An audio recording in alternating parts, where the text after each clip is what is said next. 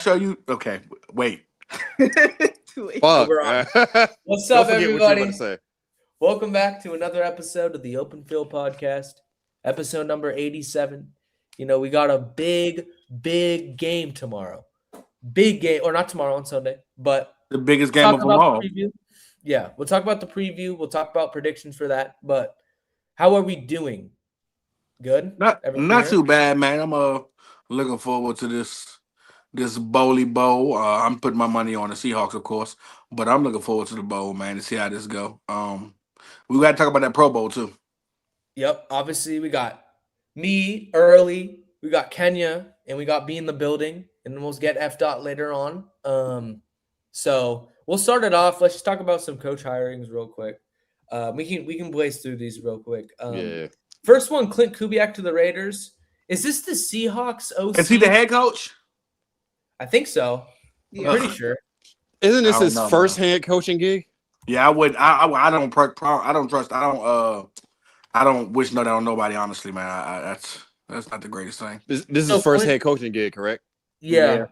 Yeah. I'm not gonna lie though. I like as a coordinator, I think he's done a wonderful job. Like, Well, Absolutely. the Suns are normally It's better than the time. dads. The It's Suns are time. normally better than the dad. Like as great as Shanahan was, Kyle Shanahan walks him when it comes to offensive coordinator. I mean, hopefully he'll be a better head coach than his Than dad. Gary? His dad was a trash head coach. Yeah, Gary was a terrible head coach. God, boy. Yeah. I remember All when them, that all was- them years of Andre, and DeAndre, he wasted. for real. Yep. Yet another nigga that Peyton Manning had to carry to the bowl Well, for I head tell you. coaches. Well, I tell you. But he was an assistant coach that year, right? No, I thought he was a head coach. No, he's a Nah, head remember coach. that was John Fox. No, and no, then no, it no, was- no, no. After that, I'm talking about after that. Peyton's last year. With the he was he the head coach for the Yeah. Broncos? Yeah, he was. Oh wow, I forgot about that. But yeah, that's not a bad pickup. Who else we got? We got Robert Sala to the Titans. How do we feel Yeah, Not I mad don't, at that. don't like that. I don't know. I don't think Robert Saleh is a good. I don't want him head as coach, a man. head coach no more. I don't. Yeah, want he's him. not even a head coach, man. I Like don't they got to want stop.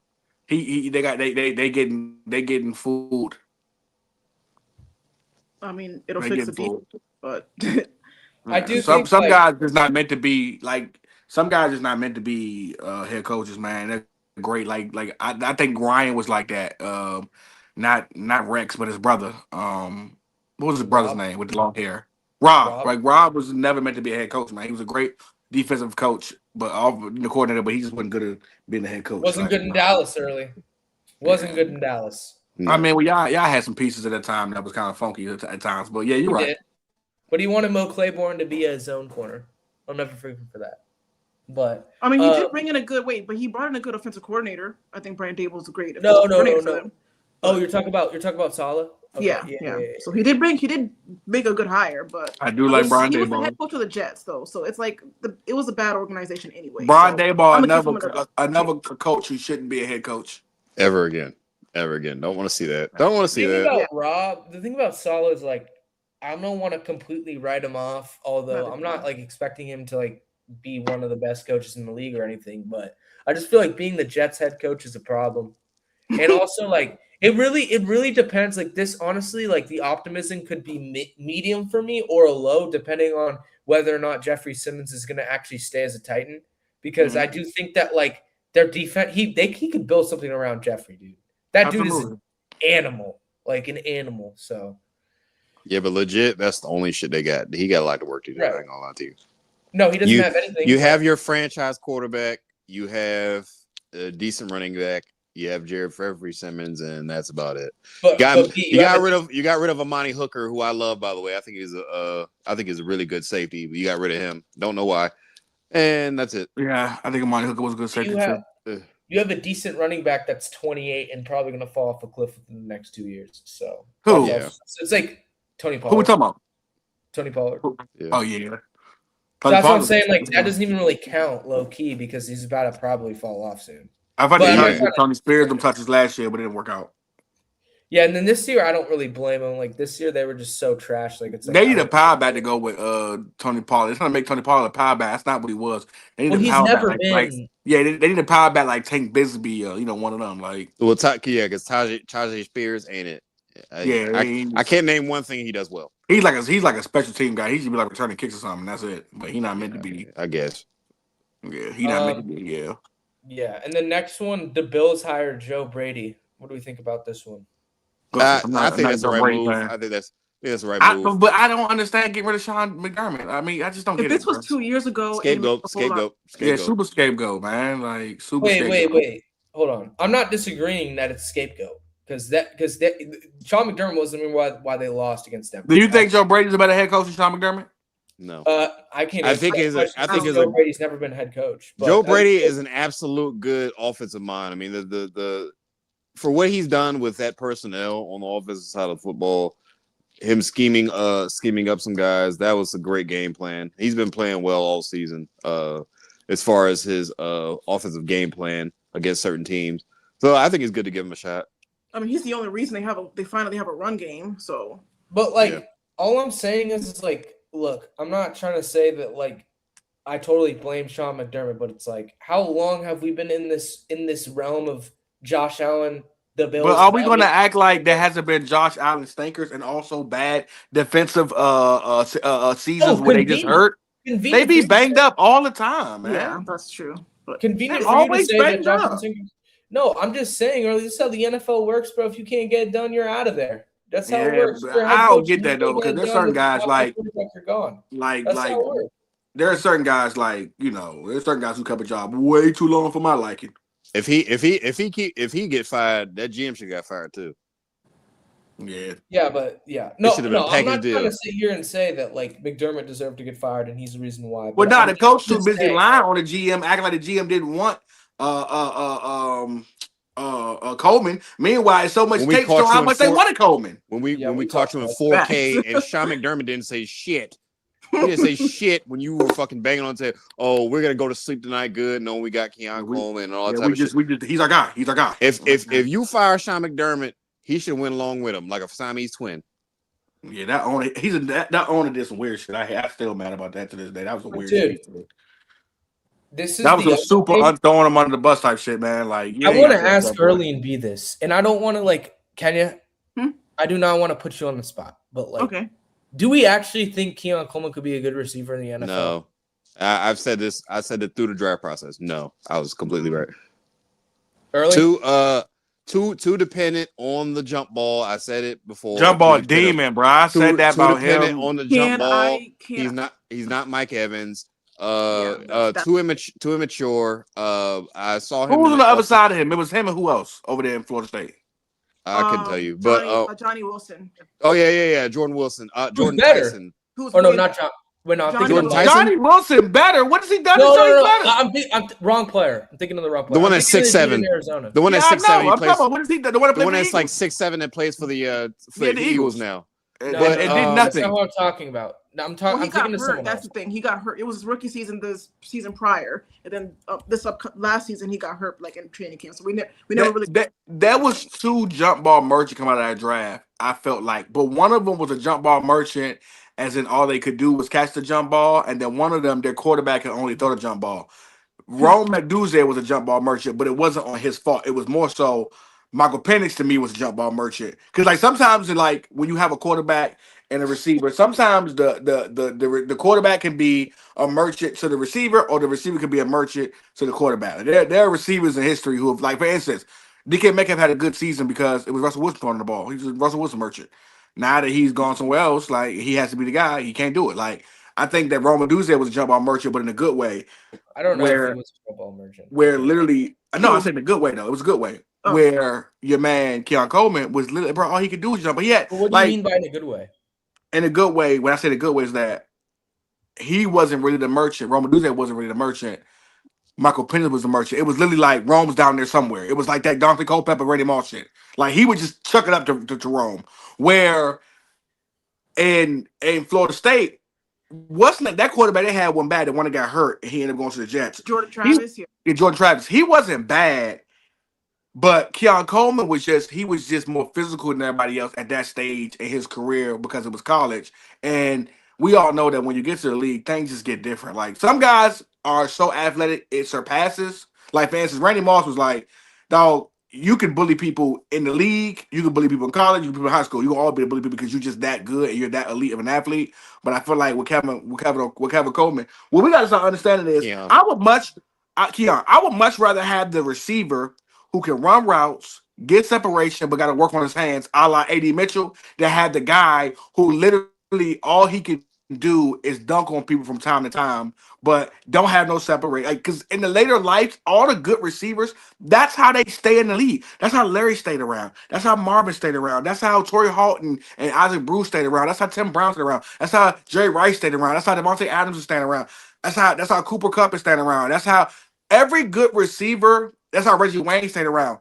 The best receivers, the route runners, they last for a long time because even when that speed goes away, that separation always stays there. That release always stays there. That's the purity of the game. And I feel like guys like Keon Coleman, we be getting so emphatic by 6'4" and run a 4'4", 4'5". Like, bro, but can these guys get open, man? Because in the league, you're gonna be going against 4-3 corners and the best of the best, bro. Like, and you gotta start watch. We gotta be very careful. We watch college tape. Watch the film on them versus elite talent. We'll have college players play bum teams and they'll run through bum teams and put up numbers, but then look how they play versus the elite talent. Because a motherfucker will play Utah State one week or play Boise State one week or play, Nevada one week and have 300 yards on them, but the next week play LSU and have 2 catches for 37 yards. Like, you got to start watching that. And I think Keon Coleman didn't perform at the highest level sometimes versus better talent. So, yeah, man, I never saw it. He had a good personality, was a good dude, but, like, there was so many other receivers there. All right. Honestly, Kenya, wait. Go ahead. Hold on. Just let Kenya rebuttal because Kenya made a point that I strongly disagreed with when we talked about this last time. No, Kenya, I'm sorry. I want you to say it. And then, okay. No, I do want you to say it. Right. Okay. Well, I said last week or the week before that I thought that maybe he should be used more in the slot because he was 6'4" and so much taller and couldn't separate on the outside. That they maybe should move him around a little bit more. Oh, like a gadget guy? Yeah, because he's not. I mean, obviously, he's just not. Nah. He just can't get open on the outside unless that's a secondary is really, really terrible. He's not getting open at all. So I was just like, why don't we just try moving him around a little bit more so that way he's not always getting locked up on the outside all the time, or he's in his head all the time. Just give him a little bit more confidence. Just move him around in the middle somewhere. But Michael, pretty much. I just think that he can't be that. He can be a gadget guy. If he's like a gadget guy, that's perfectly fine. Just limited snaps, gadget guy.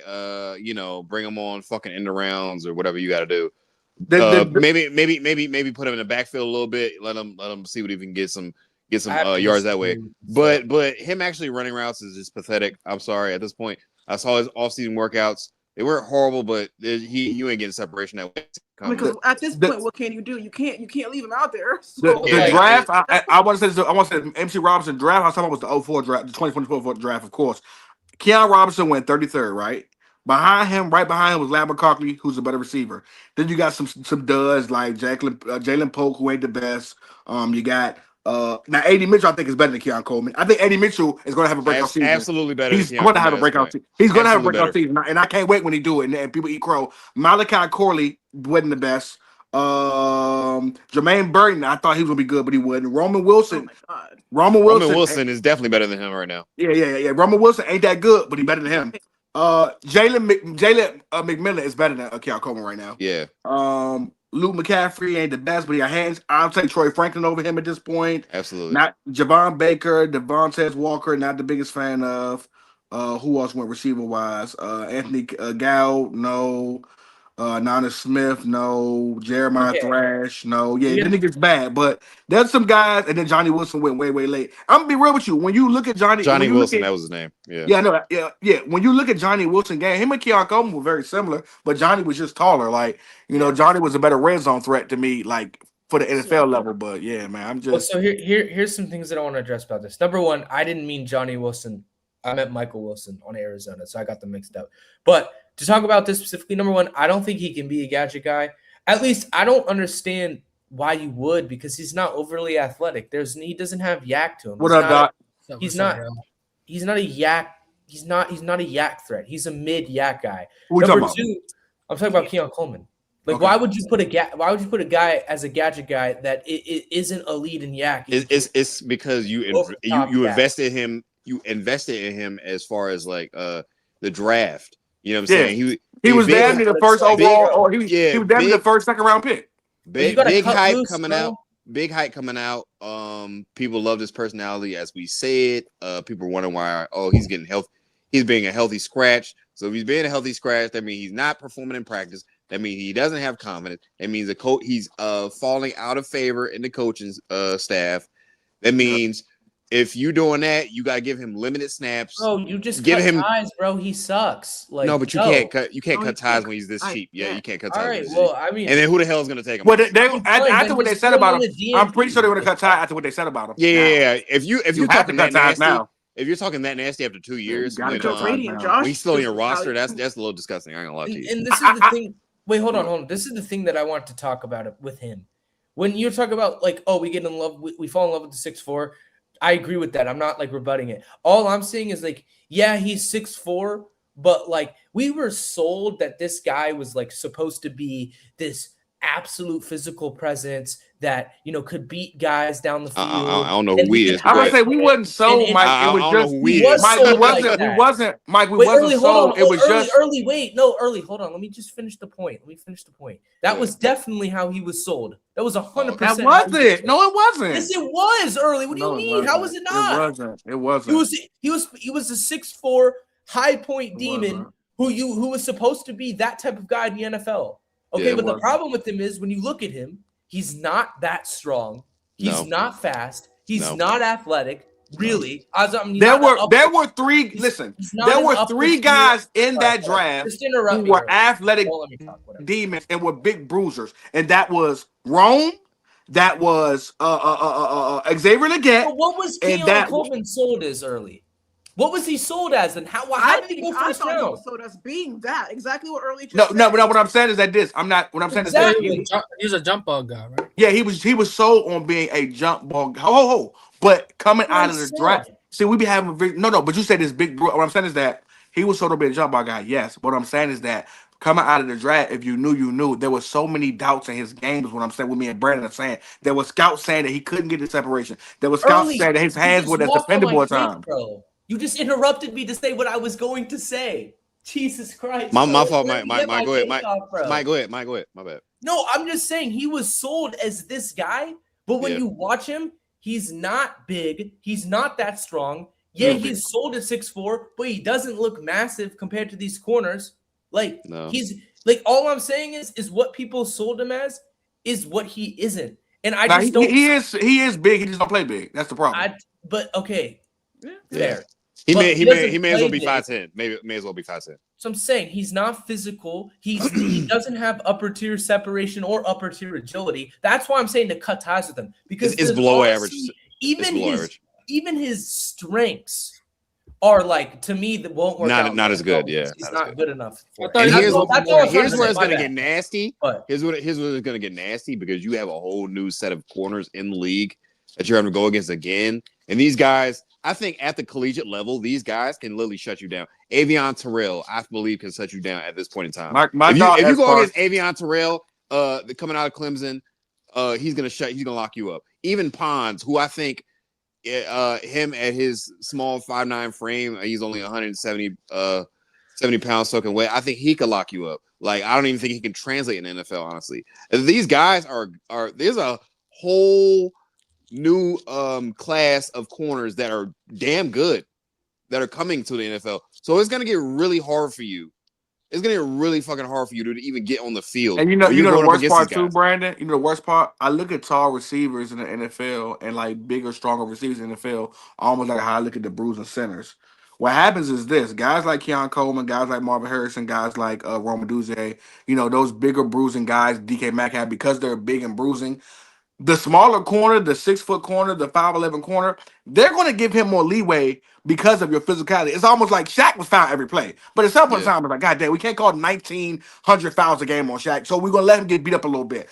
if y'all notice with big receivers, you have to literally use that physicality to the max because they'll let certain receivers hold a little bit, they'll let them touch you a little bit, they'll let them grab you a little bit. When you big, you don't get the benefit of the doubt versus the 5'9", 5'10" Trent McDuffie. I'm gonna give Trent McDuffie a little more leeway because goddamn, what are you supposed to do? You 6'4". So like that's the hardest part too, because the big receivers, the guys who are like Mike was saying, the guys who are sold to be that big, you have to literally dominate. Like we knew coming out of the draft, although he ain't the biggest guy, he's 6'1", 6'2". DeAndre Hopkins was a go-get-it guy, but DeAndre Hopkins had elite hands. But DeAndre Hopkins' hands exceeded what he needed because even DeAndre Hopkins used to get, especially the Jalen Ramsey battles, he would get held to death. But DeAndre Hopkins' hands was so good that like he made them catches that the normal niggas don't make, and that's my thing about. And he was still good at like everything else. It wasn't like he couldn't separate like in all this stuff. Like he still was good to great. He ain't too. I ain't gonna lie. He about the same as Puka. Yeah. Well, but I'm saying when you wouldn't say Puka, you wouldn't say Puka's a bad separator. F-Doc, go ahead. Do you want to talk about this or anything that you've heard? Well, what was like? I kind of got in. So we were speaking on picking up. We were speaking on coaches, and we talking about Joe Brady.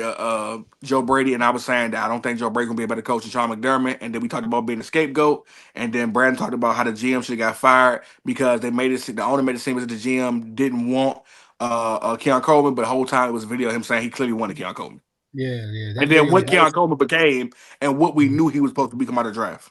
Yeah, and we talked about this before, but I thought you could go ahead if you want. No, I think that whole situation with the Keon, and I seen that video where in the draft day video where they actually said he wanted them. I think that was weird. That was so weird. Yeah. To lie in the press conference and say you didn't really want him when you know damn well you wanted him. That was just weird.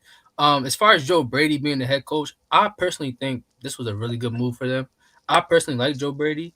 I think when that 2023 year, I forgot who their OC was when they fired their OC mid-season and Joe Brady became the OC that year. Later on that year, I think he did a hell of a job like that second half of the year. And then last year and this year, looking at like that offense and what he's been able to do as far as like limiting Josh Allen's turnovers, how that offense was able to run. I think it went really well, especially after losing Stephon Diggs, taking that big hit and that offense still producing. James Cook went crazy in his system.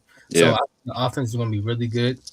Now, defensively, I'm not sure. They actually hired Jem Leonard, the DC pass coordinator from Broncos, who I think that was a really great signing to me personally as well. So I think the Bills will be fine. Like, I mean, if the offense is still rolling how it is and the defense can just maybe get a little bit better from last year, I'm not really too mad at that signing. I like Joe Brady personally. I think he's a really good. It's the manager. MC Robinson says Marv was more of a jump ball specialist than a route artist. I mean, you can have your opinion, but that's not what he was sold as. I'm about to say, I ain't gonna lie. Marv, he was sold as generation. Marvin Harrison was so good at running routes. I'm gonna tell you something, and this is some real shit. I didn't know. I thought nigga was like 6 foot, 6'1". When I found out he was 6'4", I was shocked. Because he was so smooth, especially his second, third year. He was so smooth. I thought he was his dad's size. That's how smooth he was. When I found out he was 6'4", I was like, where? Because he didn't play 6'4" in the sense of like how he moved. He moved so smoothly. I didn't see 6'4". And Kyler's like last like game or whatever when he wants to go against the Cowboys, you saw what Marv can be. Like that boy was getting open all night long. I'm talking about all night long. Was it? That was against the Cowboys, man. That was against the Cowboys. No. I'm talking about. But even when they played the Rams, Brandon, or the 49ers. What up? No, it was the Seahawks. Seahawks. When he had that bad game, and in the first half, second half, he started to open up, and you started to see what Mark can be. Yeah. And he was giving Witherspoon and Wooly problems. Yeah. He was. And to keep this momentum, we got to talk about Jettis, dog. We got to talk about Jettis. Keep this momentum going. Yeah, you should put that in the chat. Oh yeah, my fault. It just came off the top of my head. But dog, here's my problem. Well, I'm gonna give a little backstory to this shit. I watched like Justin Jefferson all season. He was the same Justin Jefferson, right? And week after week after week, he kept like, I mean, we all saw. I mean, we all saw it. Like we making the 9 memes and all that shit. after JJ McCarthy was played one good game, he called himself 9.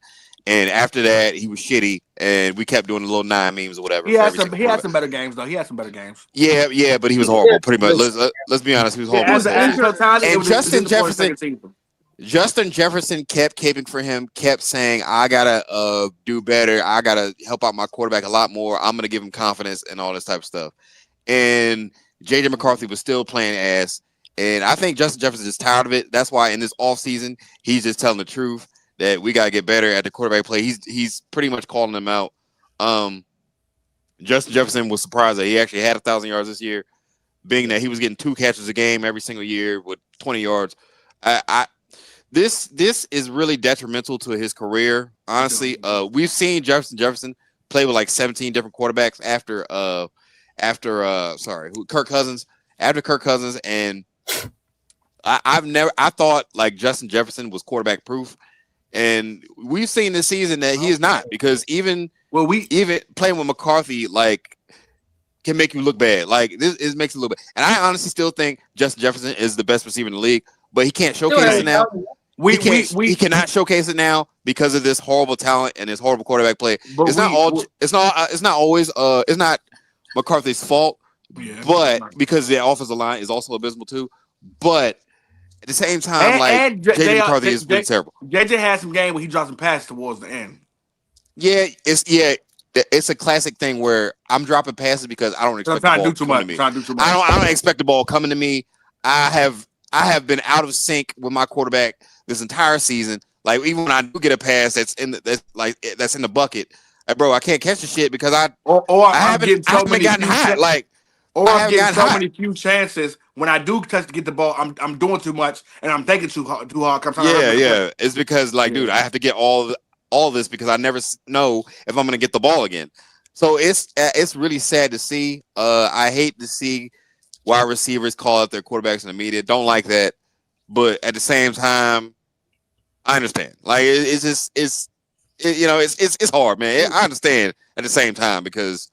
McCarthy has been awful. Two things. We had Jonathan Greenyard come on Trent's pod, and we sat down and talked with him, who's the leading pass rusher for the Vikings, and he said JJ was hot. And then it actually went viral, and fucking Vikings media was posting it. He said JJ was upset after the game, the first game they had. The game they lost to the Falcons. He said JJ was visibly upset.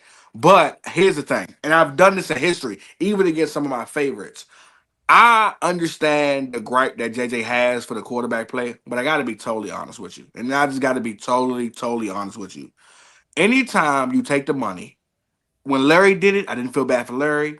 When DeAndre Hawkins did it, I didn't feel bad for DeAndre. When Andre did it, I didn't feel bad for Andre. When Justice did it, I didn't feel bad for Justice. When you take that money and you knew your gripe was this going into that offseason when you got paid as a high receiver.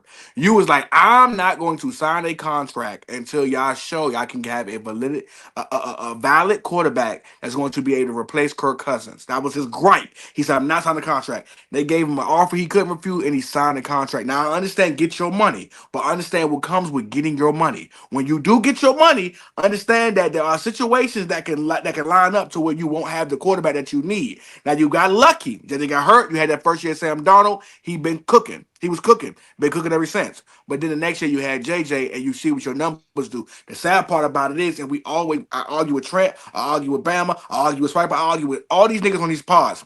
We act like the productivity don't matter, but you niggas do it every time. Because every time a nigga jump out, because niggas say, oh, stat watch.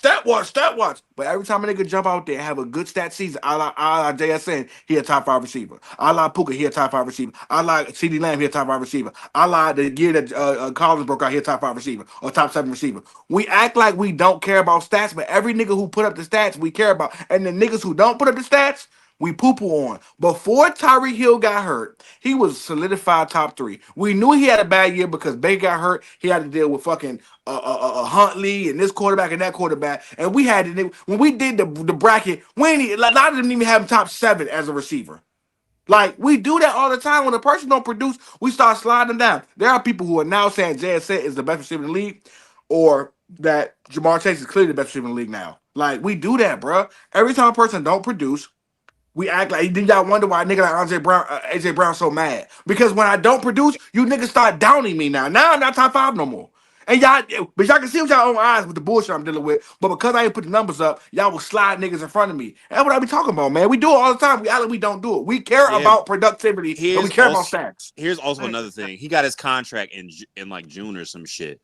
That was they still had time to sign Sam Darnold, and they just let him walk. I don't think Justin Jefferson was ready for that. I'm thinking he signed that shit going into the he signed his contract before JJ got there. He signed it the season. He signed it going into the 2024 draft. He signed the contract then. So the Sam Darnold shit he never saw. He signed his contract before then because again, he stood on his square brand that I need a quarterback. And then before they even got a quarterback, they paid him his money, and he basically was like, I don't care who y'all get, I got paid. That's basically what he did. I'm not mad at that, but I'm just saying when shit get eerie for you can't. He has to take the money, dude. This is NFL, man. But just know what's come with that. When Larry, I love me some Larry. Shout out Larry, shout out Luke. We're gonna get on that soon. I love me some Larry, but when Larry took that $100 million contract, it was the first time a receiver got that type of money, and he knew what the fuck the Arizona Cardinals was. You had just lost Super Bowl with Kurt Warner. You knew they didn't have a future there. You could have went to the Patriots. You could have went to all these teams who wanted you. You remember that shit, Brandon. You took that money and you never won a bowl because of it. So when you take the money, man, you got to understand what come with that. If you're not willing to risk that money, then I don't want to hear you complain after. What I'm saying is that he deserved to get his money. He supposed to get his money. But just know what you cannot complain afterwards. You all right over there, Kenya? All right. So no, sorry, there's something in my eye. Give me like F dot then Kenya. I mean, yeah, I really agree with what Early and Brandon was saying. It's unfortunate. I mean, he still was able to get 1,000 yards. I think he still got the streak of 1,000. I think him and Jerry Rice, right? Am I wrong? Yeah. He still got the streak. Consecutive years of 1,000 yards. So, I mean, you could tell that Jettis is still a top 3, top 2 receiver. Like if you watch him play, clearly he hasn't lost a step. Obviously top 1, top 2. Yeah. See how we knock him down. Like now he's at 3, bro. Justin Jefferson is at 3 now. Like that's what niggas say. No, like, bro, it's crazy. That's the top 2, top 3. I mean, like he. Well, in some circles, they saying Jamar Chase and JSN the best right now. Some circles. But I don't think he should be anywhere under 2, in my opinion. I mean, to me, I know a lot of people like to throw other names out. Whatever. Justin, dude, I'm not down at anything JSN has done. JSN has been spectacular, but this is his best season.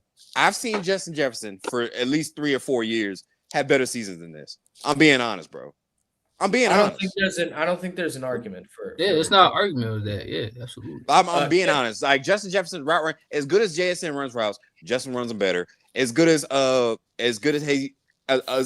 deep threat as he's been, Justin Jefferson has been better. Like he has the yards after catch ability. Like it's very underrated, by the way. I think James does everything. Is Justin Jefferson better route than JSN? I'm just asking the question. Is he absolutely better? Yes, I do. I agree. I do. But JSN is a really. Ooh, he get open, boy. That separation clean. He a great route runner. I mean, I think we can say he a top 5 route runner already. Like. Oh, absolutely. JSN for sure. Like, yeah, cool. Justin Jefferson's the number 1 route runner in the league. For sure. In the league, the number 1. For release, sure. Release crazy.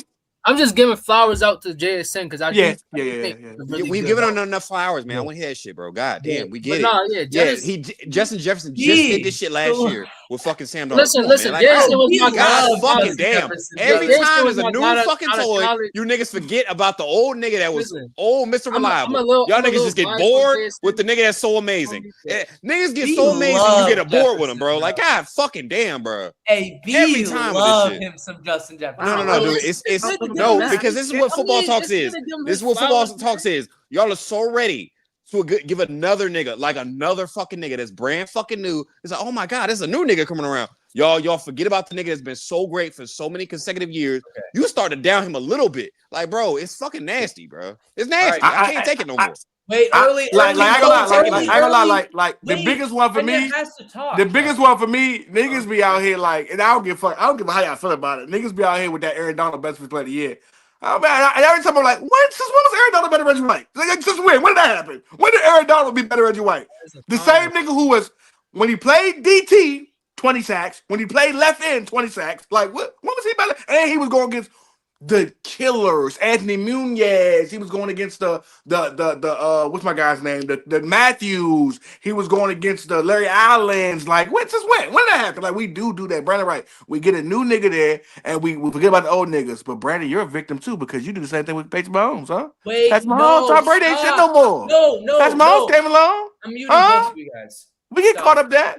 I mean, Aaron Donald deserves the right to be in those conversations. I mean, like with his production and his play, like and his talent, you know, he's up there with Reggie White's and the LTs of the world. Like he in those convos for sure. But you can't just poo like and niggas No, the triple teams, the double teams. Like nigga, you niggas didn't have the film on Reggie. Reggie was getting triple team. Reggie was getting triple team. Yeah, for sure. Okay. Wait, Go ahead, Mike. No, it's not me. Kenya, what is your opinion about this? Oh, we got to get everybody to talk about each topic. We need everybody to talk about each topic. Go ahead. gosh, we got off track so fast. But anyways, I was just gonna say that at this point, wide receivers are gonna have to be a little bit more serious before they sign their contracts. Like they have to literally ask who the quarterback is going to be. AJ Brown is going through it right now because his quarterback is mid. Whereas on the other side, Jamar Chase doesn't have to worry about any of that because he has his quarterback. So now we have Justin Jefferson getting treated like he's bottom 30 or something because there was one game where he had like -5 yards in the entire game and then people were calling him trash. Like, watch the game and you'll see why. But, I mean, he's had a bad quarterback play all season. It wasn't just J.J. McCarthy. I mean, both of his backups were pretty bad. Oh, my God. Kyle Bozer and Carson Wentz. Yeah, Jesus that was horrible. It was bad. Carson was okay. Like, he wasn't great. But Kyle Bozer was awful. For some reason, every time when J.J. McCarthy played, for some reason, he loved fucking Naylor so much. Like, that was weird, man. Yeah, like, why is he 100-yard games? But it's the same thing with He liked to shout at Naylor. There was a few times where like Sam Darnold loved Addison a lot in some games of that season. Like against the Falcons, that was an insane game. And Kurt loved hockey talkie. Yeah, exactly. Like it's just weird, but I think a lot of it has to do with the fact that because Justin gets double and triple teamed a lot, they're too scared to take like risk down the field. So that's what I'm saying. Justin Jefferson just last year was the most bracketed fucking receiver in the entire league last year. Right. Still went off as Sam Darnold. I understand JSN is special, and I love JSN. Don't get me wrong. I don't want to come off as like a fucking hater or something. I love JSN. But everything JSN done, everything he does, bro, everything he does, Justin Jefferson does it at a more elite level. We have to be real. Everything that JSN's bread and butter, Justin Jefferson does better. Every single thing, every single attribute. I don't understand. Like that's what pisses me off because new niggas come on with fucking Twitter. They're like fucking they talk like they're fucking 10-year-olds and they so ready to down on niggas that just don't produce no more. They're ready to fucking talk about the new niggas now. It's disgusting, bro. It's disgusting fucking talk. It's disgusting. Let's move on from that. Let's get to this last coach. Wait, no. I need to say what I need to say. If you want to move on faster, then you two need to limit what you say about. Did you already speak on Justin Jefferson? No, I haven't spoken. No, I don't think you did. Go ahead, Justin. All right, go ahead, Mike. I'll make it very short. This is the problem with basing who's better than who based off of production solely, and that's all I'll say. Okay, cool. Absolutely, nobody here does that though. I want to get to the last coach before we start getting into these awards. I want to speak on Todd Monken. I want F. to lead the way with that. How you feel about that Todd Monken pick going to the Browns? And I think Jim Schwartz is leaving, if I'm not mistaken. Yeah, he signed his letter of resignation. But how you feel about Todd Monken? You know what he did with Lamar. How you think he can do the same thing with Shador? Man, I've been seeing a lot of people shitting on like the Todd Monken. I seen Manuel Achos say one of the craziest. Oh boy, he is the worst. He weird, bro. I don't know, man. For him to be a former NFL player and have some of the takes that he has is just like I question. He wasn't good though, so I mean, he's the Kendrick Perkins of NFL media. Yeah, it has to be. Yeah, he has to be. But I don't know. I think Todd Monken is a good coach, especially offensively. I mean, Lamar had 2 of his best years under him. He was able to develop his passing game. I think Lamar looked a lot better in the pocket these last 2-3 years. Even the run game, I think he's really good at balancing an offense. It's not going to be heavy passing. It's not going to be heavy running. He understands personnel. He understands his schematics are pretty good. He won in college. Stetson Bennett won 2 national championships under Tom Monken's offense with Bowers and all those guys over there. That's a better. So, Yeah. Yeah, so like I don't know why we're acting like Tom Monken is not one of those guys. Like he's one of those guys. He's gonna get that offense straight. They do need to add. They need talent over there though. Like I like their tight end, Harold. I forgot his name. The rookie. He's nice. Yeah, I like him. I like him. He's good. The receivers is rough. They're gonna have to go out and either get a Cornell Tate or somebody, Malachi Lemon, somebody. Absolutely, that's something they're gonna need. They have the Ravens. No. He's talking about the Browns because that's how much the coaches now. Yeah, they have a great run game and Junkins and I think he's gonna do really well with that. I love Junkins. I really love Junkins. He's a great balanced offensive coordinator. He's gonna make sure the run is there. He's gonna make sure the passing game is straight. If Shador is the starter, then he gonna get Shador right. And the defense is the defense. Like they hire somebody, a good DC that can come in and have them boys rolling. I mean, they got so much talent at defense. I don't see how. I don't see how that defense falls off. They got to solidify that O line and the receivers. They got to absolutely. That's what they have to solidify. I mean, the draft is going to be the most important thing, and so they're closer than they think, though. They're closer than they think. Yeah, they've been closer than they think for the last 30 years. Yeah, I don't know if they're closer than you think, but like I don't think they're just going to be trash because Todd Monken is the coach. I mean, they can never be trash with that Todd defense. Monken, they can never be trash with that defense. They're the same thing as far like they're both offensive coaches. What's the difference between Stefanski and Todd Monken? Todd Monken likes Shador Sanders. And Todd Monken likes Shador. Yeah, that's a great. Well, Todd Monken helped make an MVP in Baltimore, so you know. But he wants Shador. That's the thing. And he wants Shador, so I don't really see the problem with it. I think I'd give it like a C plus, B minus, like hiring. I can see it be good. I can see it be solid for the Browns. Yuck, AJ Mitchell. So one thing, I ain't really tripping off speaking on Todd Monken. I haven't spoken to him enough. Anybody want to talk about him? No. I'm not trying to disagree that they might be closer, but it's just like they never put it together. So I can't. Browns is a bad organization. Until they prove otherwise. Not New York Jets bad, but they're bad. Not New York Jets or Vegas Raiders bad, but honestly, seriously, what's the difference? Yeah, there's no difference. They've made playoffs in the last. I just don't like the hate on Tom Monken. That's all. I think Tom Monken's a good. I like Tom. I think Tom. The Jets made to the AFC Championship game 15 years ago. So, when was the last time the Browns made to the AFC Championship game? Probably 1954. Right. with soft leather helmets. Let's move on. We can move on. Do we want it early? All pros or the list? No, I do not care about all pros. Okay. I want to speak on the winners. We don't care about all pros. Nasty. I just don't care about. It's old now. They were all pros. We talked about these talks were weeks ago. I want to speak on Last, who just recently won the awards. We know Aaron Donald got that. Not Aaron Donald. Well, Myles Garrett got Defensive Player of the Year. We all knew that. Coach of the Year was who again? Mike Vrabel. Mike Vrabel, Coach of the Year. Didn't really like that. We got Hefe on here, baby. What's happening, Hefe? What it do, y'all? What it do? But yeah, man, I want to speak on the Coach of the Year. Didn't like Mike Vrabel being the Coach of the Year. It's so many flaws in that, man. Literally, one, you had the weakest schedule. Yeah, you made it to the Super Bowl, but then why did Mike McDonald get it? Like, I would have took Mike McDonald over him any day of the week. Like, I would have took Mike McDonald over him. I would have took Ben Johnson over him. Like, there were literally teams who completely changed franchises that had no chance. It was weird. Or Kyle Shanahan would have been just fine with me. Yeah, the order of who, like, it was him first, and then it was Liam Cohen second, which I thought was weird. Ben Johnson was last, and I just didn't understand any of that. I would have taken Liam Cohen over him. Yeah, like, bro. I'm not giving Mike Vrabel. All it is they were terrible. A little too far as well. They were terrible. They were terrible the season prior, and then he came in his first year with the team, and they flipped their wins. Honestly, it's a narrative thing. Didn't they win like 3 games last year or 4 games? Can I just give? But Cal Anderson literally did something with nothing. So can I just give a little pro? And in the world of where Patriots have been getting hate, and trust me, we've all talked about the Mickey run. We've all talked about that. I've talked about it. But I just want to say, like, what Mike Vrabel has done with this team.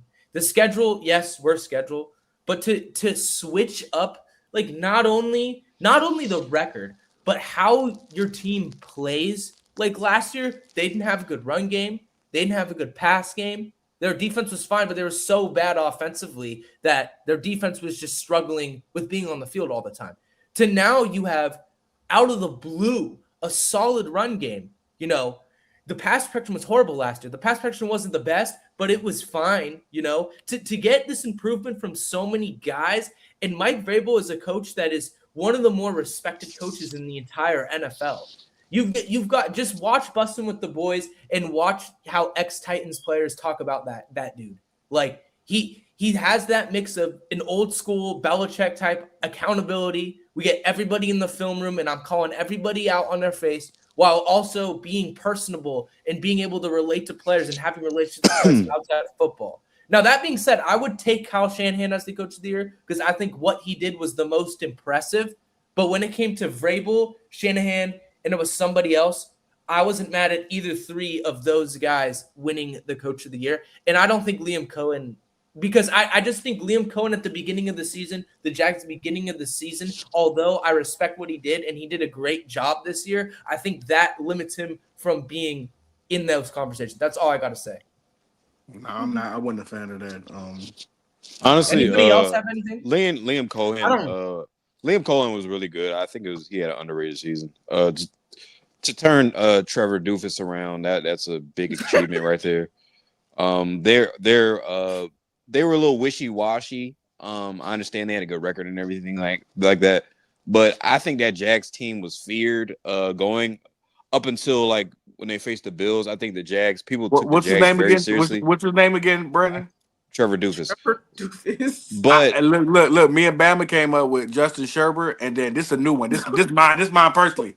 CJ Gout. Boy, that boy terrible. Yeah, he's awful. Justin Sherbert, bro. Justin Sherbert. CJ Gout. Yeah. He like Gumby with that cut he got. That shit's terrible. But I fuck with it, man. He took the dreads off. Man. No. His head too tall. I don't like that. But so Liam Cohen, I think he did a phenomenal job. He turned his Jaguars team around. I honestly think that Shanahan deserved Coach of the Year just due to all the injuries, man, and they persevered. And he really had that team believing in themselves. To go from Mac Jones, like he had Mac Jones half of the season, brought Purdy back. Purdy played a good game. Purdy had some good games. On the defensive side of the football, they lost a lot of guys, but they were still able to do some things, and they were still able to have some tough, gritty wins. I honestly would have gave it to him just because of all the adversity he had to go through. But if you give it to Mike Vrabel, I mean, okay, that's fine. I understand why that is. I understand the story. No, thank you. I understand where they're at now. I understand that. So it's just whatever. It is what it is. I personally wouldn't have given him that award, but I understand. You can make arguments. Either way, how we feel about Chris McCaffrey coming play of the year? We all certified there. Everybody agree? Oh, that's yes. cool. Okay. Pat McMillan, the best rookie. I'm talking to you. Bum ass receiver you got. I hear you, nigga. I hear you. Yeah, boy. Yeah, for about 7 games. Defensive rookie of the year, Carson Schwarzenegger. We all agreed on that. Yeah. No, I'd have given it to Nick Emery. Yeah, a lot of people Nah, like. Oh yeah, I think Nah, a lot of what he did. No, stop. A lot of what he did didn't fill up on the stat sheet. Let's be honest. Him coming up down from the safety position. He likes hitting guys, and as far as a coverage standpoint, and man-to-man coverage, which is special, by the way. A lot of safeties can't do that. He's able to lock guys up. Anybody else agree? He was very special. I've been talking about Nick Emery this whole season. Before the season, even in the draft, I talked about him. So I'm high on him, but I do think Carson Schwarzenegger, I think he should have won it though. It's the sexy for sure, bro. For sure, it's the sexy pick because he's a linebacker and he has the stats. Like the stats show up to you. I think that's what that is. If you're a film junkie, early wait. I want to give because Hefe. I remember Hefe talk about Schwarzenegger a lot. You want to say anything about Schwarzenegger, Hefe, or no? He was exactly what I thought he was going to be. I ain't even going to hold you. He was exactly what I thought he was going to be in that defense with that front. He was exactly what I thought he was going to be, bro. Exactly what I thought he was. Do we like J.S. as Offensive Player of the Year? Mind you, that was supposed to be my boy and JT. If your man didn't get hurt, that was JT's award Yeah, to that to definitely run was. with. I hate that for him. That is crazy though, how narratives changed in the NFL. So Like fast. it's just such a cutthroat league, man. Like dude, JT was like lock He was OPOY, MVP maybe, but at week 11, 12, and all of a sudden now he's not OPOY. And Like, it's Jason, not a unlike the fucking last ball. few weeks, like Jason was snapping the last like 5-6 weeks of the season. I mean, it was for JT. I mean, it was so high, and then like there wasn't even like a decline; it just dropped. So yeah. Not gonna lie, bro. Not gonna lie. If Puka hadn't got hurt in a couple games that he got hurt in, could have been his. he'd had that shit too. He had like 2K. He had 2K receiving yards. That's the thing. Here's two that's interesting, Puka's right? healthy. Here's two that's interesting. They have new ones that I'm not used to. Protector of the Year with Joe Tooney, Bears guard. I don't think he was the best. Hate it. I like Hate that, man. Protect it. yeah, show some love to the O-line guys. I like Hate that. We know Miles Nelson's still better. We know Miles Garrett got the Deacon Jones Award. Shout out my man Josh McDaniels, who they shitted on Trip Pod. Offensive. He was the assistant coach of the year. Oh yeah, I remember that. That was nasty. Here's one that bothered me. Jim Brown Award, which is the best running back in the league, and James Cook got that. I don't agree. No. Listen, I know I give him a hard time, but Bijan Robinson was clearly the Jim Brown running back of the year. Like I don't understand how James Cook got running back of the year. JT wasn't Any of those guys, man. Or Christian McCaffrey. Like either one of them. I was gonna say McCaffrey, JT, and who's the guy? Oh, Bijan. Those three I would have over James Cook for sure. Yeah, I you would should too. do that. I agree. I agree with that. But the most important one, my guy, 37 years old, Matty Ice, the real Matty Ice. MVP! And he had his 4 daughters on stage with him, man. I think about this.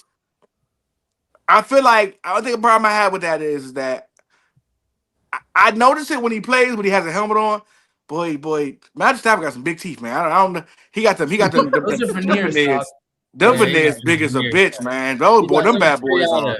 Cubas. How little baby say not the big cheap teeth? That's embarrassing. Like he got those Inspector Gadget. Them. I don't like them at all. Yeah, he got donkey teeth for sure. Do we agree he was the MVP? Yeah, but can I just say something real quick, little soliloquy about Matt Stafford's career? Because I was thinking about it earlier. Like, Matt Stafford is like the poster boy of what the NFL is. Like, in the sense of you got a guy, number 1 overall pick, hyped up out of college, went to a bad team with one of the GOATs as receiver, 100%. Okay.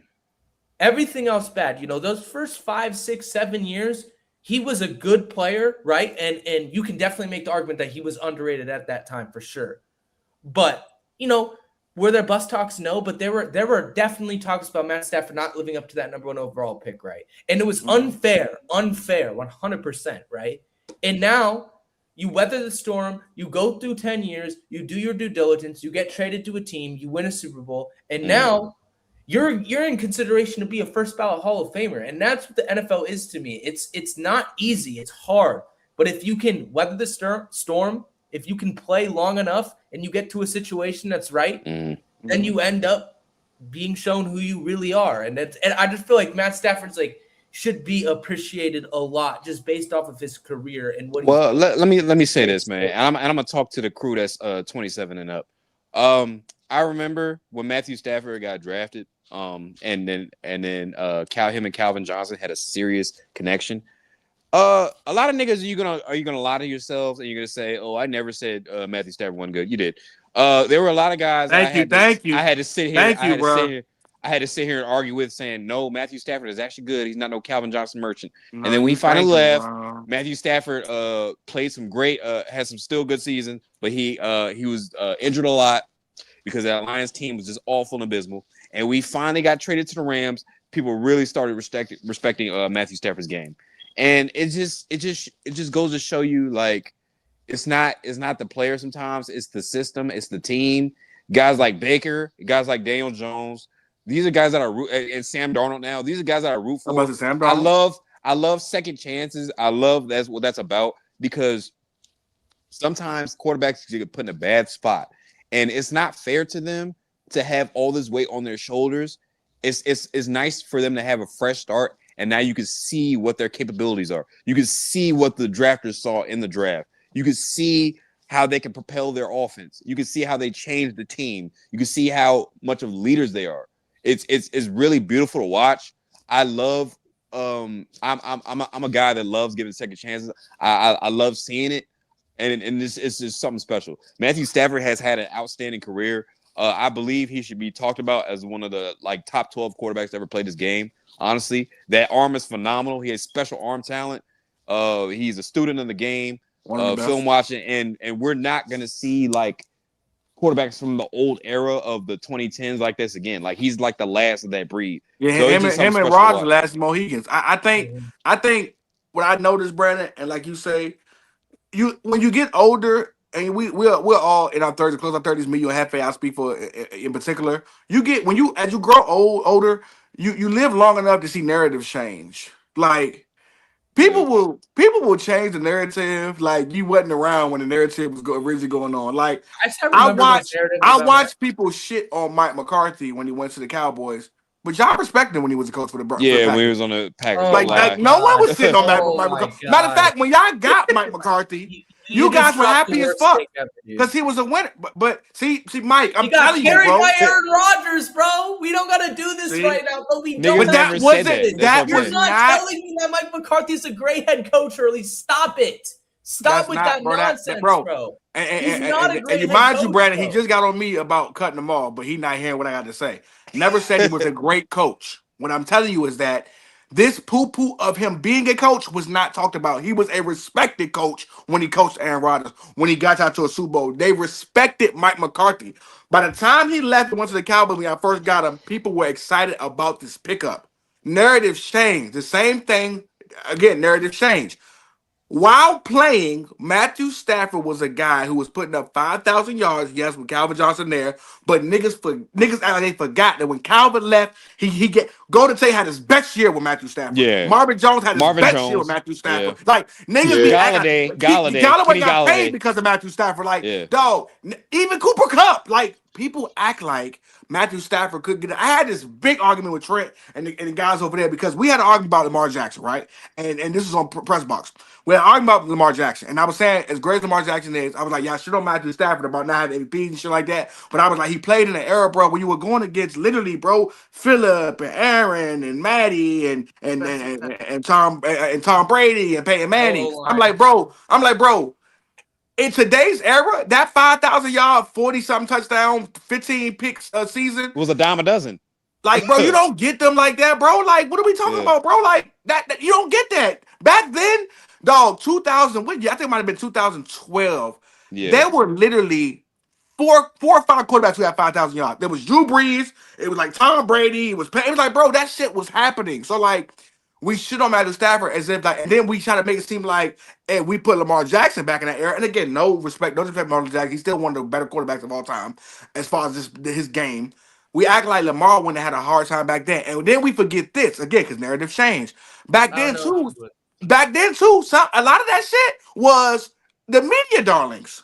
So even if you had similar numbers to Aaron Rodgers, he was a media darling. You wouldn't beat him.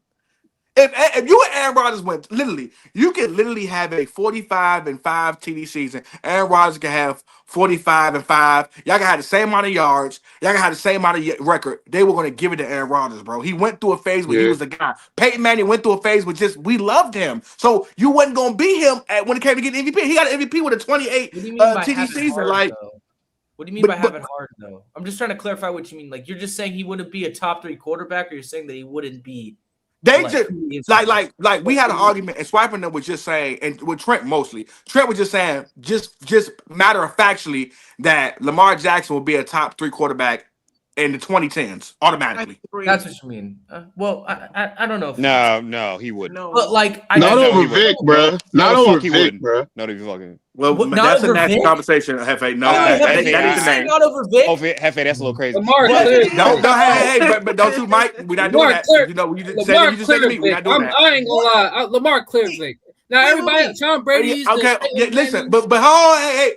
Do not stray away because Hefe is going to stray y'all away. We're talking about Drew Brees. We're talking about Peyton Manning. We're talking about Aaron Rodgers. We're talking about Tom Brady.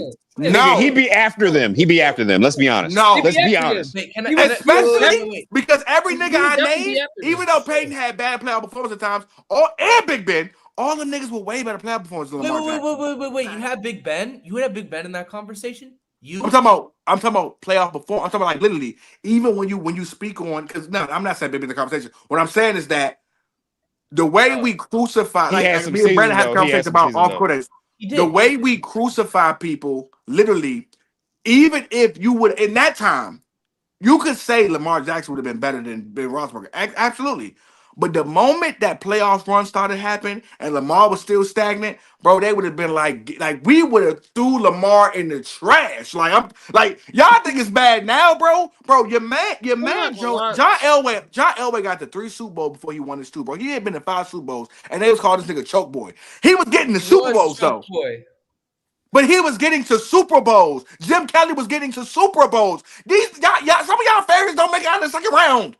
All right. That's Josh a fact. Elway will give you, but Jim Kelly had a god squad. Like, okay, it wasn't better than the NFC. It wasn't better than the Cowboys and the Niners. But let's not act like that Jim Kelly didn't have a nasty squad around him. Bruce Smith. But Jim Kelly was Running one of the backs, better. receivers, Jim Kelly was still one of the O-line. better quarterbacks who was Throwing actually 20 still picks a getting his season. team to play. Mike, don't be nasty. Jim Kelly That's what was I'm a guy. saying. He was still getting his, don't be nasty. like you think it's just easy to He's get your better team than to, Lamar? you think it's easy to get your team to 4 Super Bowls, bro? No, but he's better than Lamar. You're saying that he's better than No, Lamar? again, you're not hearing what I'm saying. He did not say that. What I'm saying is Yes, QB. the playoff performers of the past, we shitted on them and they were making Super Bowls. Do you know what we would have done to I don't Lamar if disagree he with played you. in the 2000s? That's fine. Do you know how we would have treated Lamar if he played in 2010? I do. I ain't lie. I think y'all kind of overrating how bad he's played in the playoffs, bro. Realistically, Lamar's had like 2 shitters in the playoffs, bro. Everything else has either been like mid or like good. I won't even overrate him, right? I'm not even underrating him. I'm not saying he. I don't give a. What I'm saying is this: in that era, and Brandon would agree, in that era, you could not be. We're not even like we were so strict on how we treated quarterbacks in that era because there were so many of them that were great. If you didn't make deep playoff runs, there's no way you could be top 3, bro. There's no way. I don't give a fuck what you did this season. I don't think Lamar's a top 3 quarterback in that generation. I mean, Drew. You wouldn't even with his 900 yards, 1,000 yards rushing, and his 3,500 yards. Legit, he probably wouldn't even be top 5. And that's crazy to think, but he probably would be. He would be 6 to 8 for sure. Like, absolutely. Yeah, But we're not putting. Even hold up. But even with that 6 to 8, you would have had those Matt Ryan MVP seasons. You would have had those. Bro. No. We're going way too far. Matt Ryan is nowhere near better than Lamar Jackson, bro. Stop. You see what I'm saying? You see what Mike be doing? You see what the youngest be doing? You don't want to. You get so defensive. You don't want to listen. What I'm saying to you is this. At the same breath, what I'm saying to you is this. You would hear me out. Hold up. Wait a minute. Hear me. Hear what I'm saying. I heard you. You're not hearing me because I'm saying to you that we talked about the best. The best of the best would have been Brees, Tom Brady, Peyton Manning, Aaron Rodgers. Yes. But what we're saying to you is this. Those seasons where, again, Matt Ryan was doing 40-something touchdowns and 8-9 picks, or almost 5,000 yards, and going to the Super Bowl. I'm saying they still would have had those years. The argument that I had, hear me, can I finish the argument we had? The argument that I had with them was they said Lamar would have definitely won 2 MVPs in that era. No. And that was the argument I had.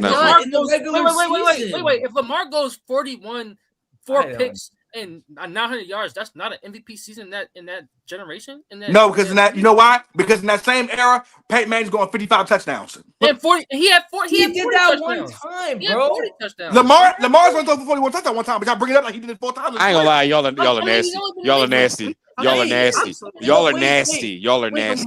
Y'all are nasty. Okay, I'm not saying he would have won most. Mind you, that's a hold on. 55 and 10 is a crazy ratio, by the way. And then at the same time, he threw for 5,400 yards. Like, bro, that's nasty to say. Nigga, he did it one time. What?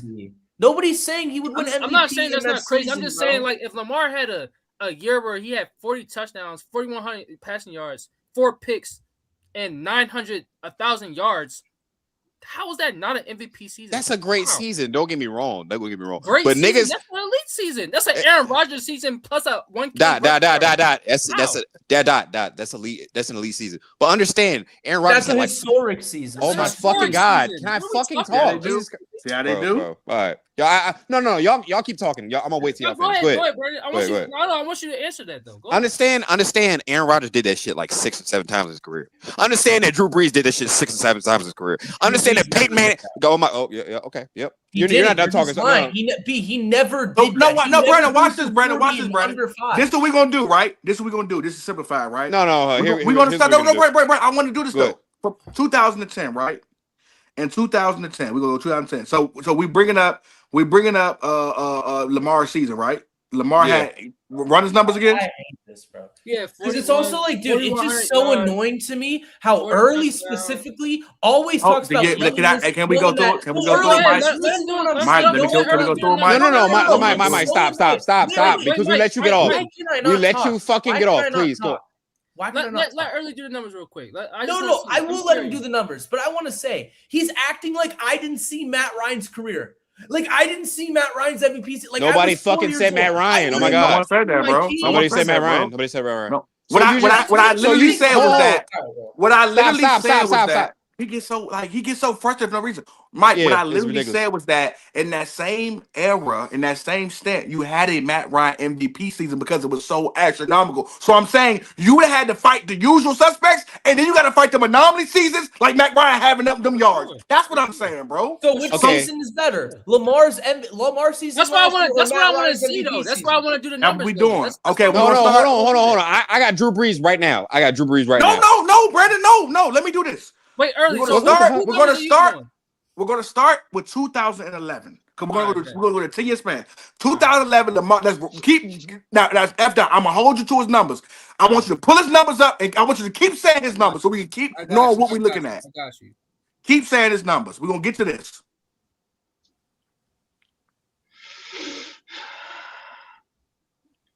Nigga said I lied about Drew Brees' numbers. We gonna don't just sit back. Don't trip. Don't trip out. Brees never had a 40 touchdown under 5 pick season. He had 40. He had 40 touchdowns, but he had like 12, 13 picks. I got you. We got you. Go ahead. Maybe I think he had one where he had 5,000. Youngin. I don't give a flying fuck when you have a 70% completion percentage and 5,000 yards. Come on. Let's get to. Can we say this is a good segment? Y'all fucking up clips. I'm paying for. Let's chill out for a second. Run the numbers. We're gonna keep saying the numbers. Run them. All right, bet. I'm gonna start with completion rate. All right, so Lamar had a 66% completion rate. 4,100 yards, 41 touchdowns, 4 picks, and he had 900 yards rushing. Cool. In 2011, Drew Brees. 5,476 yards. A record at the time. 46 touchdowns, 14 picks, 71% completion percentage. That same year, Tom Brady, 40 touchdowns, 12 interceptions, 66% completion percentage, 5,200 yards. That same year, Matthew Stafford, 5,038 yards, 41 touchdowns, 14 picks, 64 completion percentage. That same year, Aaron Rodgers, 45 touchdowns, 6 picks, 4,800 yards, 69 completion percentage. That same year, that's Lamar having a better year than that too. You only named one nigga. You only named one nigga. Just naming a bunch of historic seasons. Now, mind you, I want to also go on record to say this. Aaron Rodgers went 14-1 that season. Drew Brees went 13-3 that season. Tom Brady went 13-3 that season. I want to say that too. I was having a conversation with one of my friends. Like, I hate. So you just hold on. So just for sure, Durant. I did Durant, but F. Just for sure, Lamar got an MVP that season, huh? No. I'm not saying he's MVP that season. I'm saying like, all right, you went through. Who was the first? I ain't lie. Whoever that first person. Nigga, was, the fact that you think about it is debatable. Drew Brees. 5,476 yards, 46 TDs, and 71 and he went 13-3. Yeah, Drew Brees got that year. He got that. But everybody else, Tom Brady year, Lamar. But you want to know what's funny? Hey, watch this, Brandon. Isn't even win. Hey, Brandon, hold on. Whoa, F. You want to know what's funny? You said Drew Brees got that year. He didn't even win it that year. Aaron Rodgers won it that year. Yeah, I know. Yeah. That's what I mean. That year, everyone knows. That's what because he went 14-1. Yeah, I just said. I mean, he yeah. went 15-1 that season. yes. That's what I mean. Even with them guarding them, I just told you about Drew Brees. They still gave it to Aaron Rodgers. Yeah. Okay. That's what I'm. So that's so. But, so but let's then, go but to like, 2012. early though, that's putting winning. That's putting like that's winning. Then though, he won that because of narrative, based off of the team. No, it's because But that's John like what he's saying though. Back then it was more so about favorites than actual facts. But you had to win to win. Like the MVP, like winning has always mattered when it comes to the MVP. That's just how it is. Because that Aaron Rodgers year not better than statistically. Brody, you know daggone well. Stop trying. Let's go. Stop. Hold up. Wait. No, And Brandon, don't. listen. Okay. Listen. You know daggone well that the argument is this: when those guys are putting up those godlike numbers, it's such a tight race for the MVP season. This is what I'm talking about. This is why that was the golden age of quarterback. You can't just say Lamar for sure is going to win the MVP. It's so close, and niggas are doing such special shit. No, I just want to hold up. I just want to push through it. I just want to, but without all the stoppage, I want to push through these seasons because I want to know what he won MVP. Early, do we have to do this, bro? Like this is the worst part of sports. No, all media. I'm saying is, man, It's not, nigga. We in the off season, damn nigga. Come on, Mike. Hey, Mike, We're in the that's not regulated. season. dog. I'm having Let's fun get this. with We this, get bro. this. I'm We're actually having. Is anybody else tired of this? Anybody else mad about this? I'm so tired of this type of conversation where we have to talk about the golden age, where we have to go. We're not in 2010 anymore. It's 15 years. It's been 15 years, guys. Stop living in the past. Let's talk about what's going on right now. There's literally nothing going on right now. There's literally nothing going on right now. Go back and talk about how those 10. There's nothing going on right now. Game. Everybody else, raise your hand if you want to move on or you want to get through at least a couple of these. I'm definitely not moving on. I just want to because hear. you guys want to it live in the past and talk about shit that you guys experienced when you were in your early 20s. I want to just hear it. Like, There are other people, Mike. You're being Mike. Right now, you're being unfair. Mike, first of all, I was like 17 or 18 at that time. I don't know what you're talking about. The early 20s. Mike, you're being unfair because everybody else here wants to hear the conversation, man. Come on, man. You keep We do this every episode. But I really think I feel like Lamar, that Lamar year is If comparable. you can find, and listen, if you can find 2 MVPs, let alone 1 MVP that season, you beat me. All right, 2012. Drew Brees. 2012. 2012. That's right. Drew Brees. 2012. Hilarious. Drew Brees. 9010. Drew Brees, 5,177 yards, 43 touchdowns, 19 picks, 65 completion percentage. Okay. The other competing ones would be Tom Brady, 4,800 yards, 65 completion percentage, 34 touchdowns, and 8 interceptions. And then you got Matt Ryan with 60. with that, bro. Then you got Matt Ryan with 68.6 completion percentage, 32 TDs, 10 picks. Then you got Peyton Manning with 68.6, 4,600 yards, 37 TDs, 9 picks. Right? You think Lamar get it that season?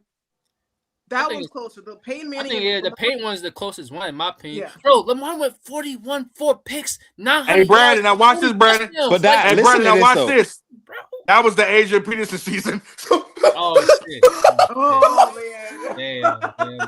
that's funny. Yeah. Hey, look, I trick boxed you. You thought it was a quarterback play. No, Adrian Peterson that year was a deep man. Drew Brees is getting hold a lot. Oh my gosh, how many? But like, if we just take That is the Adrian Peterson. strictly to like quarterbacks, though. That is the Adrian Peterson, 2,097 yards, 15 TDs. Like, come on, man. MVP, Offensive Player of the Year, All Pro. So when he got that season, Yeah. But these are out of the quarterbacks though. Like he got it that year though. We can. But here's our thing though. Here's our thing. Lamar had that great season. It was spectacular, mind you. Niggas put up those type of seasons comparable every single season. There's a difference there. I was in the rushing yards. I did the rushing yards. The rushing yards were there. But that's 40 and 5? Nigga, that was Aaron Rodgers. That was them all the time. He averaged that shit. Like, average that shit. 2013. This is a short conversation, 2013. 5,477 yards, 55 touchdowns, 10 picks. Let's move on. Let's move on, baby. Let's move on. 2014. Let's go see who got that thing. We can Okay, also bring cool. up 2019 Lamar too. Like 2014, Special. 2014, 4,900 yards, 33 TDs, 17 picks. That's Drew Brees. Ben Roethlisberger, 4,900 yards, 32 picks, 9 TDs. Drew Brees was 70%, Ben Roethlisberger 68%. Then you got Andrew Luck, 40 TDs, 4,700 yards, 65%, 16 interceptions. Then you got Peyton Manning, 66% completion percentage, 4,700 yards, 39 TDs, 15 picks. Now, MVP that season, Aaron Rodgers, 40 TDs, 4,300 yards, 65 completion percentage, and 5 interceptions. He went 13-3 that I year. mean, that's compared. That's like Lamar. those are the same. Lamar numbers are literally identical to Aaron Rodgers that year. He won MVP. You think he get it that year? Though? In rushing yards. I think Lamar gets it that year. That might be the only year he might get it. The only year, the year before that, No, but Drew, that was Adrian Peterson though. Adrian Peterson. I mean, that was Peyton Manning, and then 2012 was Adrian Peterson. And then Drew Brees also had way better numbers than him still that year. Yeah. No, the Drew Brees, he got that. He might come in third. Okay, now we're doing 2015 season. Drew Brees, 4,800 yards, 68 completion percentage, 32 TDs, 11 interceptions. Tom Brady, 4,700 yards, 65 completion percentage, 36 TDs, 7 interceptions. Who else? Those are probably uncompatible. But that year was the Cam Newton, 4,000 yards, 35 TDs, 10 interceptions. Hey, that's a combo. 14 rushing TDs. That's a conversation. Cam Newton went 15-1 though. That's true. Wait, he had 1,400 rushing yards? He had 14 TDs. 14 Oh, touchdowns. 14 rushing touchdowns. Yeah. On top of his 35. So he had 49 TDs that season total. Damn. Wow. Oh my God. Yeah. Damn. And now we go on 2016. 2016 was that Matt Ryan season. Yeah, no, nobody shits on Cam, dude. It's just the fact that was it. Yeah, bro. You know. He might have got it over. He might have got it over Matt Ryan that season. He might have got because Matt Ryan went 11-5, 4,900 yards, 38 TDs, 7 interceptions. He probably gets over Matt Ryan that year. But the thing about it is, what we got to remember is that he didn't even get it over. He didn't even get it that year. Now we know it was nasty, but he didn't even get it that year.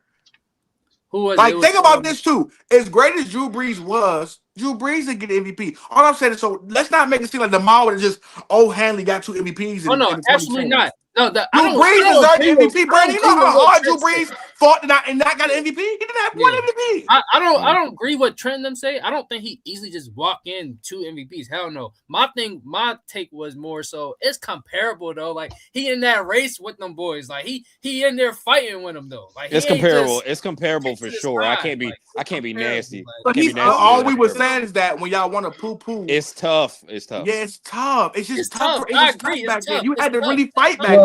Who is poo-pooing? Who is poo-pooing those guys? Nobody poo-poos those guys. No one we said, all have I'm saying, I'm not talking about you. You ain't even want to talk about it. Yeah, you really was so upset. One, you didn't want to talk about it. You really got that man. You ain't even want to talk about it. Mike, you went away for a while. You went off camera. But my thing is this, Mike. You be taking things personal. That's what I'm talking about. No one's talking about you. I'm speaking on people in your same generation. I'm speaking about people in your same generation who shits on them. No one said you. You're taking offense as if somebody said you did it. I'm not taking offense, bro. I swear I'm not. All I'm saying is that since we've started this podcast, it's been almost 2 years now, maybe more. It's not just this podcast. It's every single. We just have to compare eras. We have to do I don't want to do that anymore. But Mike, here's the problem, Mike. Here's the problem, and I promise you, me and Brandon will equate to this. The problem is not we want to compare every season. That's not the problem. The problem is that no, it's not. The problem is this, and you know this, Mike. You know this shit. We don't poo-poo y'all. When y'all start literally, that's not true, bro. That's a cap. Yeah, it's absolutely not true. It's not true. Like you listen. Mike not poo-poo y'all, bro. Y'all will literally, and I'm not talking about you in particular. I just mean that group, that age, that 18 to 25 age group. You niggas will literally, again, we'll have conversations about Julio and Andre, or Julio and Marvin Harrison, and it's clear as this he couldn't hold his jock strap. He ain't fucking he way better than him. He smoked We don't do that to y'all, bro. We respect how good y'all era is, bro. We don't do that to I y'all. don't know. A lot of times, bro, the reason why we have these arguments is because, again, I'm having an argument about Matthew Stafford being probably a top 10 quarterback all time if he would have got an MVP this season and if he'd got a fucking a championship this season. Now you got 2 championships, two MVPs, and the fucking one MVP and two MVPs. And we're saying like, nah, Lamar. It's like, nah, that's the problem I have because it's so quick to just dismiss. You got people like Trent who just say he done with the 90s. He done with the 80s. Yeah, but that's Trent, nasty bro. work. That's Trent, bro. I mean, like, that's but I'm saying it's not what I'm saying again. We're not talking about. I get what you're saying, early. I do understand. We're just saying. I'm not saying that, you're wrong. Like when Brandon spoke about, he said a soliloquy about Matthew Stafford. I'm just diddling that because we act like Matthew Stafford is something that, you know, he's just this guy. He was just this guy. But Matthew Stafford in that era, bro, he had to go against some demons. Again, Drew Brees played all them years, bro. Is one of the got some of the most yards ever, most CDs ever, and literally didn't have one MVP, bro. Not one. So don't just act like y'all niggas today are just gonna just blow out the water. Oh, for sure, Lamar getting 2 or 3 MVPs in that era. No, come on, man. That wasn't even my point. I was just saying that, like, I feel like that he could have gotten one if he put up a season like he did last year in a season where, you know, because the first one that you started, the reason why I was just annoyed is because it's like that's like the best NFL quarterback season ever, and it's like not even close. Like Mike, that season is. Mike, I'm not saying you guys are wrong though. I'm not saying you guys are wrong. I've said, like, you've never heard me say that 2010 to 2000 whatever 16, 17, 18 era is the best era for quarterbacks. There's no question about that. But it's just all I'm trying to say is like. I just don't like comparing eras. But here's where y'all will say I'm nasty. Mike, here's where y'all will say I'm nasty though, Mike. Hold on. Mike, here's one thing, and you gonna understand this, nigga. You gonna understand this right now. When you become like 27, 28, 29. I get it. And when you say listen, hear me, nigga. I know what you're gonna say, but yeah, hear me. When Jeremiah Smith get in this motherfucker. And he get the ball in now. He get 1,800 yards. Niggas gonna go, oh shit, he clears Julio Jones. Julio Jones ain't on shit. He couldn't hold Julio Jones. And you gonna get mad as fuck. And you gonna see what the fuck we talk about. You gonna see what the fuck we talk about. Nigga, you gonna be like, what the fuck are y'all niggas talking about? You new niggas don't know shit. And it's like, and me and Earl gonna look at you like, no, nigga, no, don't get mad now. Don't get mad now, because nigga see. Brandon, that's a great point, bro. Bro. Because listen to me, hear me. Hear the disrespect y'all niggas give to Marvin Harrison Sr. As amazing as he was, y'all talk that nigga like he was just a so-so receiver, like he wasn't one of the best of all time. You gonna do that? Niggas gonna do that shit with Jeremiah Smith, and they gonna shit on Julio. Marvin Harrison, like, I can't wait to see it. How niggas feel about Justin Jefferson is how niggas feel about Marvin Harrison in that era. Marvin Harrison was the best route runner in the league, had some of the best hands, and I'm having an argument with niggas who are like, nigga, Marvin wasn't that good. When couldn't Marvin Harrison run routes? So when did Marvin Harrison drop anything? Those are just Trent bots that like just will like say anything. But it's not just it's not just Trent bots. There's not just Trent bots. I won't just put on Trent bots. That is the consensus. Under 30, damn near. That's his consensus, bro. Like Julio and them niggas cleared them. Like y'all niggas are you niggas are now. You niggas have created the Jerry Rice.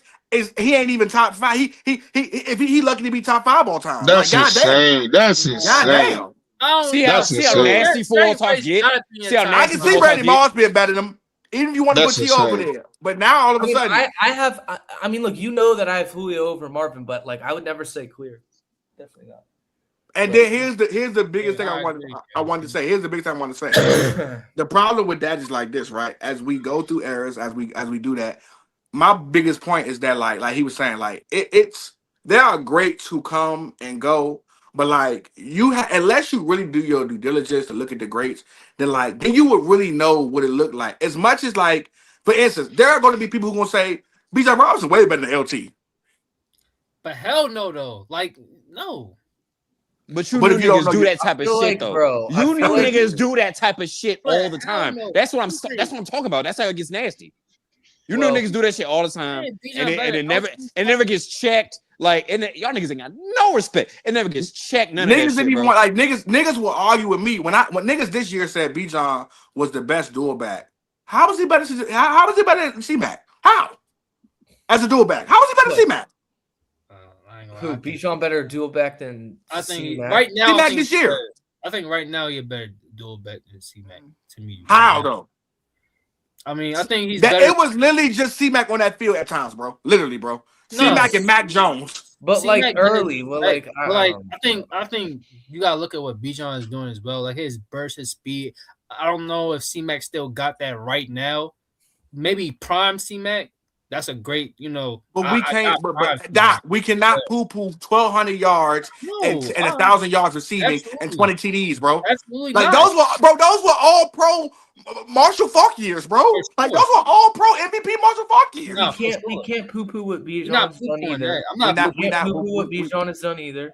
And we we not also, poo-pooing. but we also just talked about Justin Jefferson and how, he doesn't get his yards, he doesn't get his production, and now people are saying that he's not top 3, just like how you guys both said that Puka and JSN are better than CeeDee Lamb and AJ Brown because of the crazy production that they've been putting up.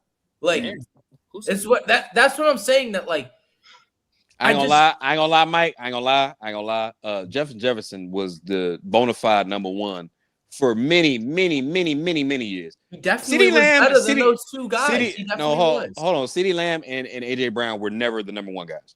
I know. I never said ever. that they were. Ever. So it's not nasty to say that about them two. But What you mean number 1, Brian? What you mean by number 1? Nasty. Damn, good Like three. the No. best I'm receiver talking about in the league. in the entire Best league. receiver in the Oh, league. yeah. Justin Jefferson was the best, like for a long time. Well, I still feel he is. I want to do. Jamar I want to do 2 things. I want to do 2 things before we get out of here. I want to Can speak we on. get to the Super Bowl? Like, it's been an hour and 25 minutes. We have not talked about the Super Bowl. We literally I ain't gonna lie. We've already talked. I mean, we can talk about it. We can talk about it. No, we haven't. We need to get our predictions. We need to get previews. What we think about is going to happen in the game. Like, we can stick to the other narrative stuff in the off season, but we have literally a whole 8 months until the season or whatever. How long? I want to. But before we do that, I do want to do this. Before we do that, I do want to do this. I want to speak on one thing in particular. Before we do that, I do want to speak on how do we feel about this year's Hall of Famers: Roger Craig, Adam Vinatieri, Luke Kuechly, Larry Fitzgerald, first ballot, Drew Brees, first ballot. How do we feel about that before we get into the Super Bowl game? I'll let everybody talk about the I'm gonna rest. go ahead and kick this off. Adam Vinatieri getting in this Hall of Fame before Reggie Wayne is absolutely nasty. Not gonna lie to you. Reggie Wayne has top 10 numbers of all time as far as catches and yards. 66 touchdowns as well. Super Bowl ring. Performed well in the Super Bowl. I don't understand what he has to do. I don't understand how he is not in the Hall of Fame by now. It's getting nasty work at this point. One of the best receivers of all time. I think he's like 15th all time. Like, I don't understand how Adam Vinatieri gets in over him. I understand he has the rings and Smith ain't everything. dead neither. But at the end of the day, he is a kicker. Getting a kicker, a kicker that, mind you, he's a kicker. And a receiver that, mind you, is like top 10 in catches and receiving yards. Doesn't make any type of sense at all. I don't get it. Doesn't make any sense. I'll be real with you, Brad. This the one that pissed me off. I understand he was the greatest at doing it, but how is Devin Hester a Hall of Famer before Torrey Holt? Like because what was the kick returner more important than a nigga who a number 1 receiver? Like, when did that happen? Don't they do it by like because he a special team guy, so it was a little bit different, right? Or am I tripping? But even with that though, like, I ain't gonna lie, like they even, but this is the problem. They even said they're gonna change the format of how people get voted in. Bro, no special team nigga should get in. But like, they ain't trying to be an asshole, bro. I understand what Adam Vinatieri was. I understand how many game winning, Super Bowl winning kicks he got, bro. Bro, you're not getting it on the field over all pros and Pro Bowlers, bro. Like, I ain't gonna lie, bro. Like, what are we doing, bro? Like, Torrey Holt is still waiting, bro. We have to put Torrey Holt in. We got to put Steve in. Then we got to put Reggie Wayne in. Then at some point in time, we got to start considering Chad. Like, Jesus Christ, bro. Man. I agree. Can I just say this and then I will shut up? And Kenya needs And to Luke talk. should have been first ballot. Kenya I don't really care. must I'm talk. not gonna lie. I'm sorry. I don't really care about this part. Okay, fair enough then. Fair enough. I just want to make sure that you're participating in this. No, stuff. I am. I'm But good. I'm watching you guys yell at each other. God bless Roger Craig. I would have is hilarious. God bless that Roger Craig made the Hall of Fame, man. Yeah. God bless. And like, I do agree that the The guys first 1,000 yard receiver. I mean, running back in NFL history. the first to ever be like that. Like I get it that Broke like, the mold for Marshall guys, Falk, C Max, B Johns. Broke the mold for him. the guys that you named are better players than him. And like, if it was like, if he didn't retire in the 90s, then I would agree. Like, yeah, he needs to wait, but he's been waiting for so long. A long time. Definitely deserved to be in. But Devin Hester got in before Roger Craig. That's the shit I'm talking about, bro. Like, Of course. And the last running back that needs to be in, and I don't think he'll ever make it, but I think as a talent, and I think he should definitely be in, and I think as he has enough stats, and that's Fred Taylor. Fred Taylor. Can we get Fred Taylor in the Hall of Fame, please? Lord, just get him in the Hall of Fame, please. but here's the thing, though. He's not gonna get in before Adrian Peterson. Hell no. Of course, Like, not. there's I'm just still. saying he should I ain't be gonna lie. Fred might not he get in, but by the time Derrick Henry retire and do his 5 years, Fred might get in before him. Wait, how many years? It's 5 years after you retire. Then you. Yeah. Yeah. So it hasn't been 5 Yeah. years yet for AP? Not yet. 'Cause remember, he just recently retired. Remember, he went back with the Oh, Commanders. yeah, like, yeah. So he just retired in like 2020, I want to say. Like, I think he's eligible next season. Next season? Okay. It's a Tom Brady, I think. Like, it's coming eligible next season. Got you. Damn, He it's been should 5 be years first for Tom ballot. already? Damn. I did like seeing Drew Brees though. That was nice. Yeah, first ballot supposed to be him and Larry were the best at damn near at the time, man. Like, Bro, they were one of the man, best Drew coming up. Brees wasn't first ballot, man. I ain't gonna lie. That Hall of Fame shit would have been rats for me. I wouldn't have cared. Yeah, facts. No He should bullshit. definitely be first ballot. Him and Larry. That's where you draw the line. F. Dot. Yeah, Drew Drew Brees. and Larry, man, like they first. Well, Drew was Drew had the good publicity, and he was a great. I mean, the good PR, and he was a good draft pick. I mean, he's a good player. Yeah. So you ain't no smut on Drew Brees now. You can't say he had any smut on his name. Where it's Right, like, oh, he he did the numbers, but he was this or that. I ain't gonna lie, man. Yeah, Drew Brees, yeah, but if Larry never makes it like first ballot, I would have lost my fucking mind. For sure, Larry too. Like, That man did everything he could to win that Super Bowl. That man had one of the greatest wide receiver season in the playoffs of all time. Like that man was him. He was balling, and for him not to get that, you better give him first ballot. absolutely. What's up, Prodigy, bro?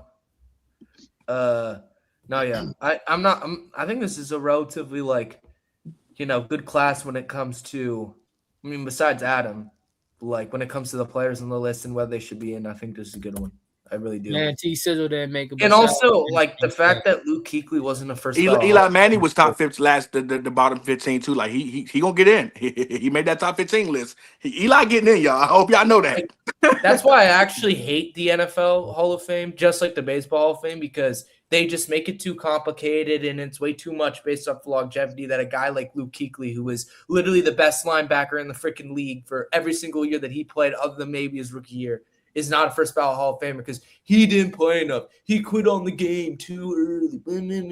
Like, I don't care, bro. Like, he was literally the best player at his position for like almost 10 years. Like, just put him in first ballot. Can we just get this stuff rocking? Just like how they have this weird bias against wide receivers, and we can't let any wide receiver be first ballot for no reason. Mike, Like, I ain't gonna lie, man. I ain't gonna lie. Luke Kuechly, yeah, absolutely phenomenal player. But you played like 6 years, and niggas that played like fucking like 15 years and been waiting. Niggas like Roger Craig. Gotta give him that just too. I will put them over fucking Luke Kuechly any fucking day. Why? He'll get in eventually. But were they better? No, fuck that. I don't care. If you gave your heart and soul for fucking 13 years, nigga, and you can't even fucking walk no more, and you've been waiting, and we got Luke Kuechly, nigga, to play fucking 60. No, fuck that. He can eventually get in. Let's put this nigga in that fucking put his heart and soul in. It's like I get what Brandon's saying, because at some point you backloading to where like it's almost like that's how be funny. Like if you ever like stopped before at like a grocery store or something like that, you put in the you're supposed to put the cold waters in the front, the hot waters in the back. Every time you bring a nigga like when nigga like Roger Craig still waiting from the 80s and 90s, niggas like Andre Reed at the time were waiting for a long time. Chris Carter had to wait for a long time. Niggas like Troy Hawk still waiting. Like when you got them niggas in the back, bro, and you got these niggas who just retired a little bit ago getting in, it's like, bro, it get real tangled now. Yeah, early, you're chopping a little bit. Anybody else hear that? Or is it He's just been me? choppy on this. I've been trying to tell him for like the whole thing. Oh, Am I chopping? Because the network is getting bad for some reason. No, You're good. All right. No, yeah. I don't know. I just think a guy who's arguably top 5 at his position should be a first ballot Hall of Famer. Like, I and we're know not gonna that. act like that Luke Kuechly didn't give his like life to the game. In a sense. He absolutely did, but at the end of the day, bro, like he retired early to like preserve his body, and that's perfectly fine. But these niggas can't even walk no more. They hands and feet and toe up. They can't walk. Take them 15 minutes to get out of bed. They've been waiting for 8 years, and they've been great players as well. Put them niggas in. Like, goddamn, we're not gonna make them niggas wait even longer. And you put this nigga that just got eligible, and he just leapfrog those guys that've been waiting. Nah, I can't get down with that. I get it, but like Luke Kuechly actually had like major like concussion brain issues. You know what I'm saying? So that's the only caveat I'd have to that. But like, I do get absolutely phenomenal. Probably a top 3 linebacker of all time, top 3 or top 4 of all time. But early comeback because you're just dead or no, I can kind of see, but you're still choppy on the screen, but it's all right though. Whatever. Okay, so let's talk about the Super Bowl now. Last how much time we got? We're at an hour 35, so we can get 25 minutes. We'll see how long this goes. Let's go through the let's start off with Kenya. Let's start off with Kenya. Hear me? Yeah, you're good. You're good. Yeah, let's go Super Bowl. Yeah. Let's go order Kenya, Hefe, F. B early, then me. Kenya, give me your thoughts about the game. We could do predictions too, or we can wait and just do like a one-line thing. But just give me, how do you think this game's going to play out? What's the game plan? Key players? Just anything that you have. Go ahead. I will say I think a lot of the conversations have been interesting leading up to this game. I think people are trying to convince themselves that this game is going to be closer, and I don't see a world where this game is not a shootout. The Patriots, I will say, congratulations that you made it this far. You guys had a great season, but they played one team that was over 500 in the regular season, and that was the Bills. And we all know how that defense performed throughout the entire regular season. But they played all the really good defenses in the playoffs, and they did not look good whatsoever, especially on offense. And now they're about to play another top 5 defense, and I don't see it. Like, I don't see a path where the Patriots perform at all. If I think this is going to be a huge JSN game, I am not all that confident that the Patriots defense will be able to take him out of the game. And even if they do, I have confidence in Rashid Shaheed. I have confidence in Cooper Kupp going off. I think Kenneth Walker will get a good 100 yards and a touchdown in this game. It's just not going to be close. I hate that we're going to have like basically 2 shootouts in a Super Bowl back to back. I hate that. Because the Patriots O-line, they're not like as bad as Patrick's was last season, but they're not that good. The whole left side is just terrible. They've been terrible. So, I don't know. This is going to be like a 34-10 game, maybe. Mm-hmm. I can see that. I have it that bad. I don't see a world. Hefe? I think everybody got their mind set on the Patriots had an easy schedule. Man, I think I hear y'all. I get that. Dog, they're here. And they got here by everybody saying, oh, yeah, they shouldn't even be in this position. But they're in this position by winning in the situations. Every game they was placed in to win. They won every situation they was supposed to win. They got here by winning. You can say it was a Mickey. I hear everybody saying the Mickey playoff run. I get it. But, dog, they're here. And they won. They put themselves in position to be here. And I definitely believe I watched the same Sam Darnold we all love throw multiple interceptions versus the Rams and other teams and fold in bad situations, and that defense be good enough to bail him out. If they do that against the Patriots, who play really solid complementary football, I see Drake May capitalizing, especially if you keep giving them a chance.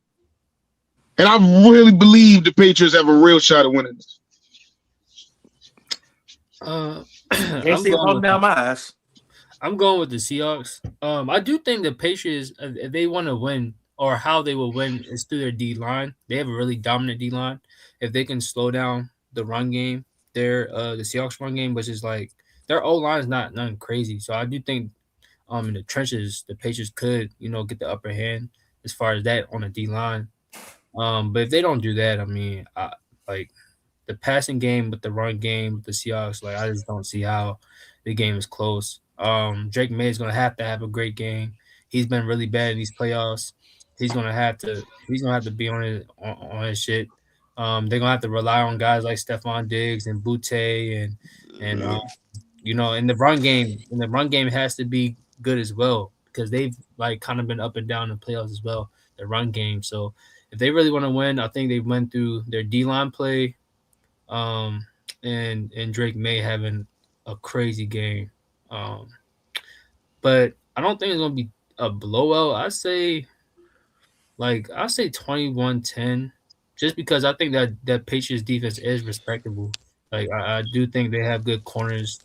And that D line is really good. Like that's a top 5, top 3 D line in the game.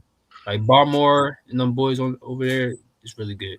really, really sound defense over there. So I think it's gonna be a lot closer. But Seahawks, I got Seahawks comfortably winning that game. B, go ahead.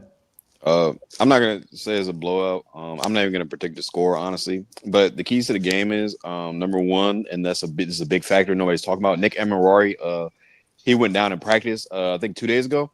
That's something to look out for because that man is the heart and soul of that defense. I think he's the best defensive player on that team as of right now because we saw how Spoon and Woolen was getting absolutely barbecue fried by Puka and Devontae Adams. Honestly, I don't think that as good as K-Walk has been, and you all know I'm a K-Walk fan, against the Patriots run defense, I think they're very elite at that. I don't think he'll be able to go off as he's been going off in these playoffs.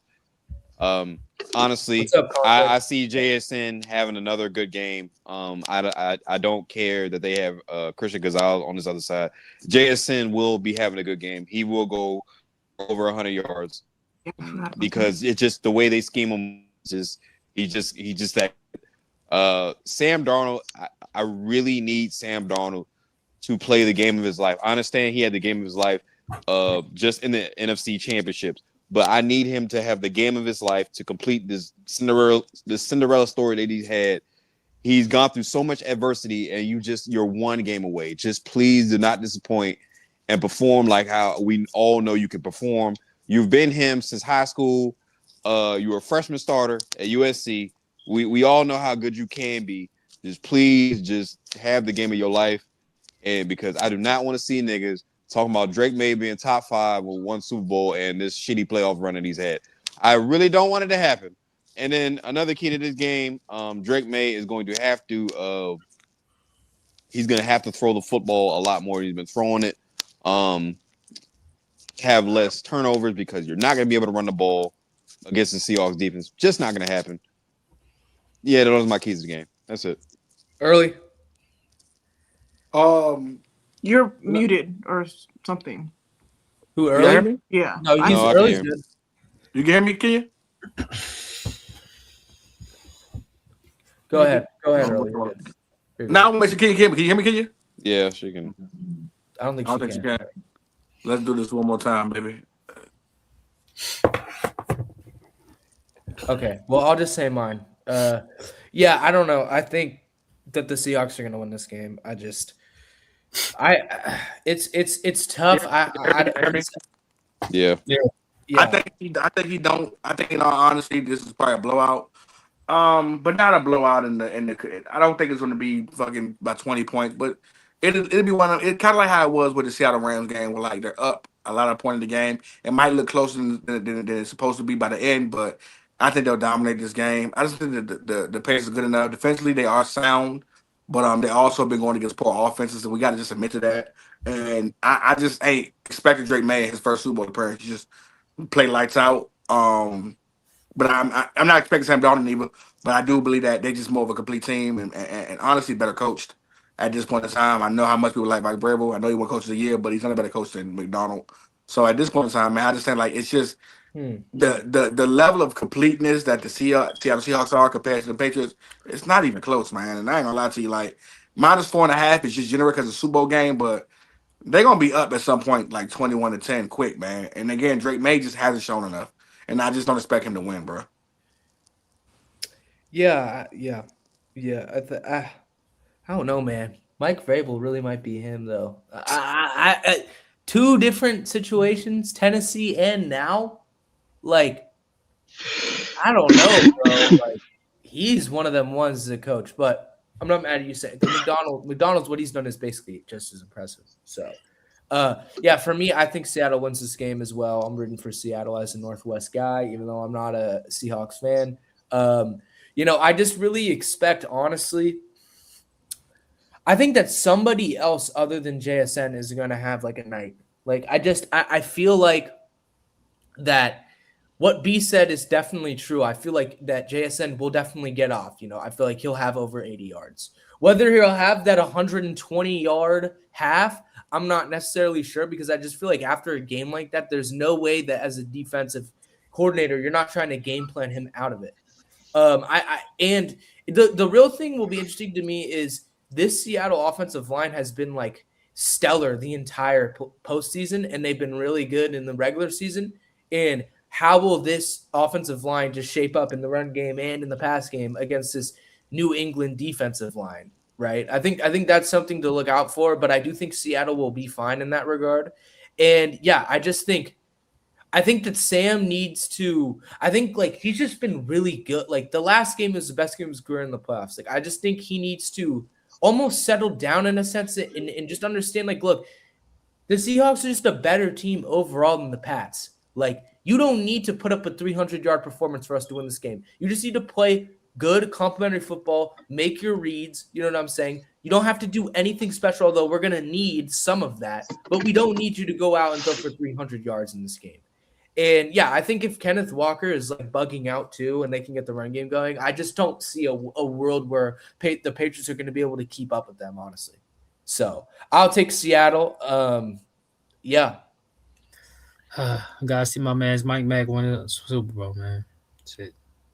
Yeah, I think it's a good up and coming coach. He's top 5 already. I've been thought of this like for a minute now, since he was our DC. He's one of the best defensive minded guys. And then they got Clint Kubiak as their OC, which he's again one of the better. At least for one more game. Yeah, at least. Yeah, I know he's gonna be with the Raiders now, which I think he can turn things around over there. His schematics. That's a. This is Clint's second year, right? Yeah. First. I thought it was his first.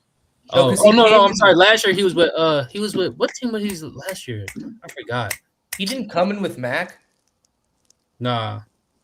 Dude, the fact that he's turned this come on, like the offensive line from last year to this year. Horrible. That offensive line was so bad. Incredible change. Like, that's stuff that you don't really see. That's what I think, honestly, the biggest difference is. I think Sam's been great. Like, I think Sam's been better than Geno. Even though Geno had some really good years there. I don't want to, like, poo-poo Geno, like, in his time there. But, like, his offensive line. New Orleans. That's where he was with. He was the passing coordinator for New Orleans. I just think that, like, I don't understand how we rebuilt that offensive line so fast. Like, and mind you, I remember in the beginning of last year when New Orleans was like going on that crazy run, that offense was going crazy. That was Clint Kubiak's offense. That was he was OC. He was play calling. That's a trend. Like he's going to offense and changing offenses and making them dynamic. So I think when you go to Raiders, man, they have a good draft, some good free agents, man. He can turn that offense around. Yeah, I really hope K-Walk bugs out, man. Like, me and B been saying this for years. I know, definitely. I don't know about years. Honestly, last year is when I really was like, damn, K-Walk is underrated, and he should be in conversations for top 12 running backs. But, like, this dude, like, Charbonnet, man, I love Charbonnet, but it's like, no, I don't really love Charbonnet. But I don't hate him by any means, but it's like, I just really feel like that, like, if K-Walk was the lead back, like, dudes would be talking about him so differently. And if he pops off in this game, that postseason value is going to catapult him in the rankings. You know what I mean? So, yeah, that's pretty much it. Early, do we want to talk about anything else, or are we good?